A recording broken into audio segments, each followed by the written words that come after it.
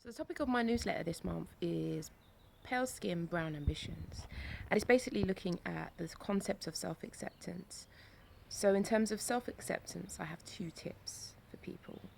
One is first, you need to begin to tackle the voice in your head, which I often call the harsh inner critic.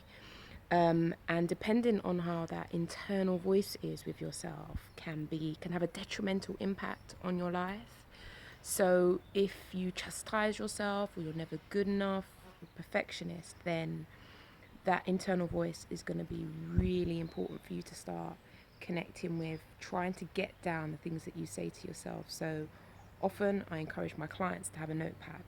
That way we can begin to start to understand the severity of the inner dialogue that you have. And that is fundamental because often a lack of self acceptance is governed by a harsh inner critic. And secondly, if you lack self acceptance and you feel that you always, for example, have to put on makeup, then like a goal or a challenge might be actually let me not wear makeup for a change and see what that's like. I know that can be incredibly threatening for some women, but actually there can be something rather profound because it actually begins to test out the wild theories that you have in your head about yourself.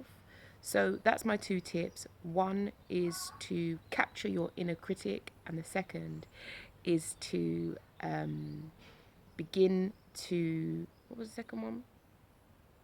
I forgot. To practice something, to practice challenging yourself on the concept that you feel you could never do.